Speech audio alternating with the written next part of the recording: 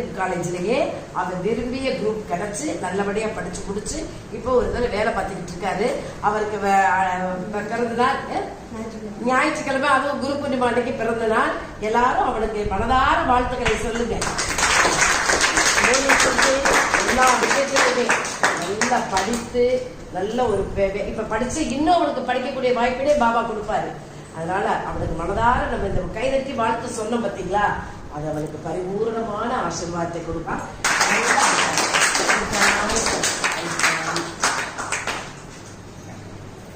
தெரியும் இல்லையா, அம்மா பிள்ளைங்க 2 பேரும் வெளிநாடுகள்ல இருக்கிறாங்க. கண்ணனுக்காகவோ இந்திராவுக்காகவோ அவங்களுடைய குடும்பம் செழிப்பமா இருக்கணும். அம்மா தேக ஆரோக்கியம். ஏன்னா தனியா இருக்கிறவங்களுக்கு கடவுள் தான் துணை. நம்ம பக்கத்துல அவங்க பிள்ளைங்க பக்கத்துல இருந்தாலுமே நம்ம பக்கத்திலே இருக்க தூரத்துல அவங்க இருக்கட்டும். இந்திராவும் கண்ணனும் பிள்ளை அம்மா